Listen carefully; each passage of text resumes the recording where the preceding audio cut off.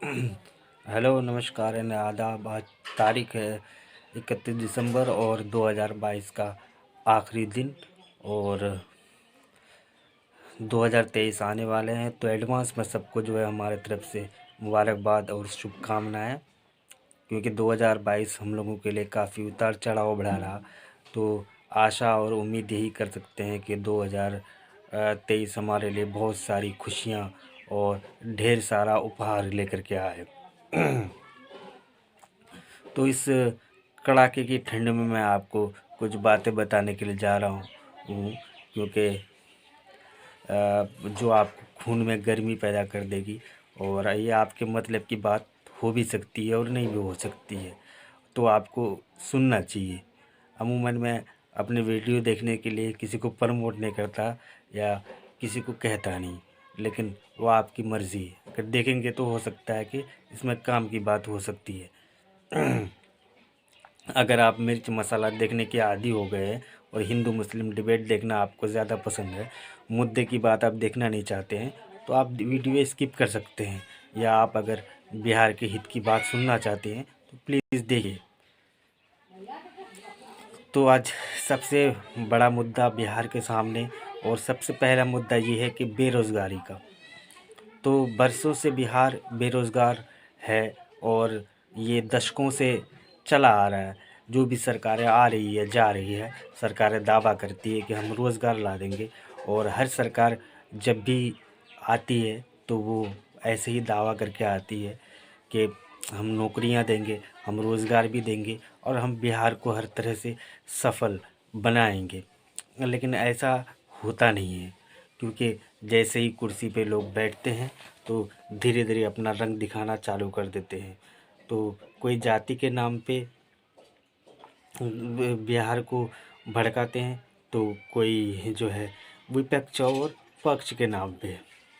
यही होता आया है। सरकारें आती गईं, सरकारें बनती गई, सरकारें गई, मुख्यमंत्री भी आए और गए, लेकिन बिहार वहीं का वहीं धरा रह गया।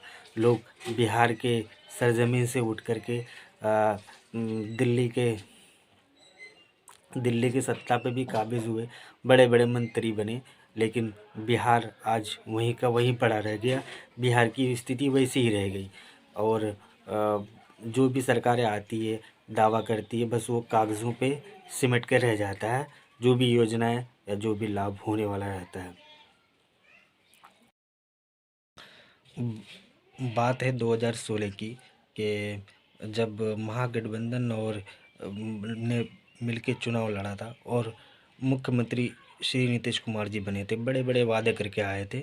तो वादे पे शायद वो खड़े नहीं उतर पाए, तो उनकी सरकार गिर गई फिर से, और नीतीश कुमार ने हमेशा की तरह कुर्सी के लालच में फिर से बीजेपी के साथ एक बार सरकार बना लिया।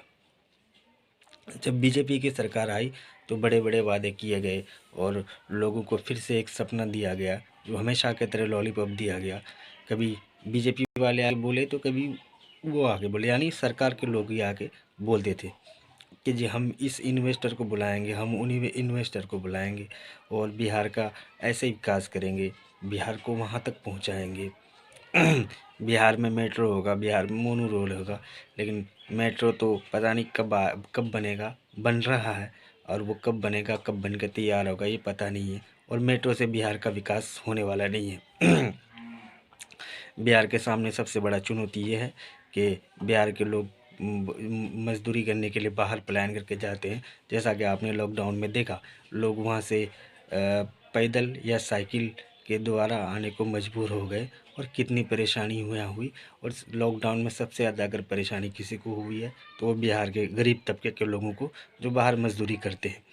तो इसका दोष आप किसको देंगे, या आप खुद ब खुद जानते हैं कि हमारे मुख्यमंत्री जो अभी हैं फ़िलहाल, वो 15 साल से लगातार मुख्यमंत्री बने हैं। क्या उनकी ज़िम्मेदारी नहीं होती है कि बिहार में कोई ऐसा कारोबार, या बिहार में कोई ऐसी फैक्ट्री, या बिहार में रोज़गार उत्पन्न करने के लिए कुछ किया जाए। जैसा कि आप जानते हैं कि 26 एमपी वाला गुजरात जो है वो मालिक बन के बैठा है, और हम 40 एमपी वाला होने के बाद बिहार फिर भी पिछड़ा का पिछड़ा रह गए। हम उनकी मजदूरी करते हैं जा कर के। आप वैसे ही महाराष्ट्र में देखो, क्या हमारा बिहार ऐसा नहीं कर सकता? क्या बिहार यहीं रोज़गार नहीं पैदा कर सकता कि लोग बाहर से आए? बिहार में कमी क्या है?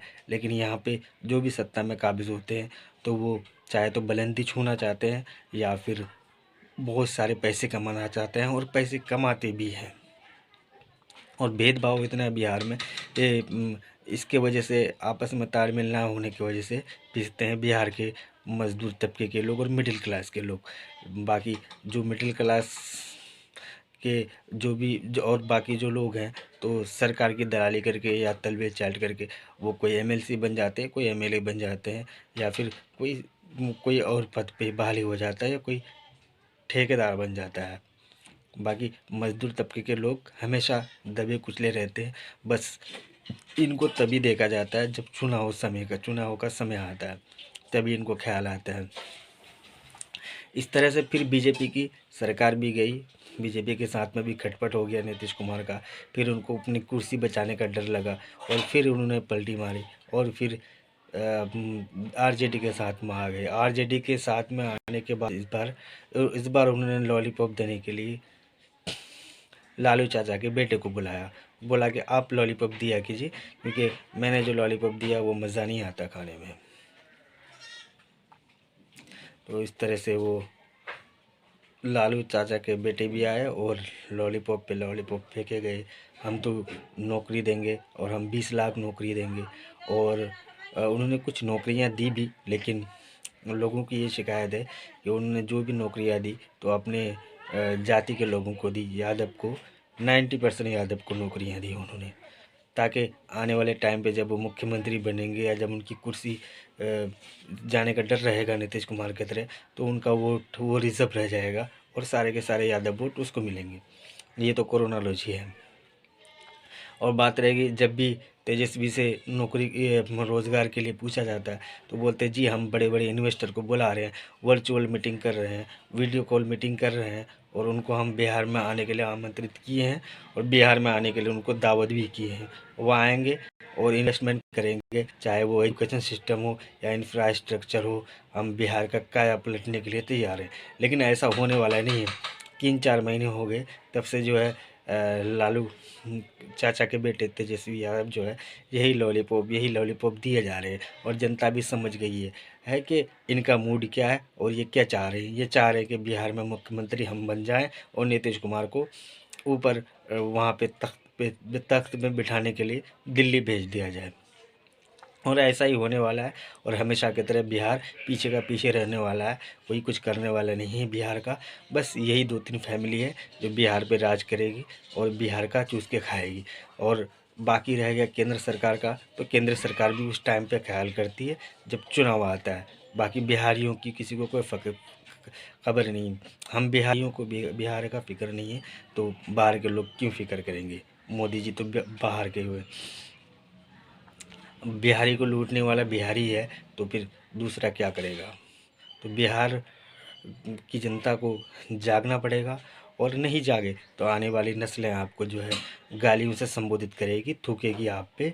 और मेरे जैसे कुछ लोग जो बोलने वाले होंगे तो वो तो बोल देंगे कि मैंने जितना बोलना था कम से कम बोलने की हिम्मत तो करी थी, और आप पहुँचाए नहीं गया, लोगों तक पहुँचाने गया, उसके ज़िम्मेदार आप हैं। वो आपकी मर्ज़ी है कि आपको वीडियो आगे बढ़ाना है या नहीं बढ़ाना है। मेरी बात अच्छी लगी हो तो लाइक कीजिए, सब्सक्राइब कीजिए, और आने वाले साल की फिर से एक बार शुभकामनाएं। जय हिंद, जय भारत।